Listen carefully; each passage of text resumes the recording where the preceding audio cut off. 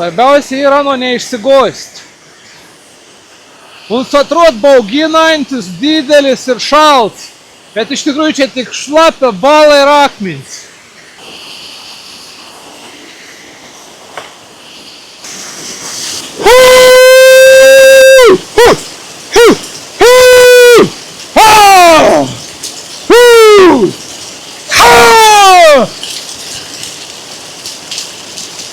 Turi dominuoti krioklis.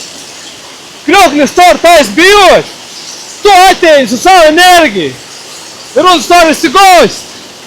Он nori tekėti dar greičiau, kad tu ateini. Un nori tais bijot.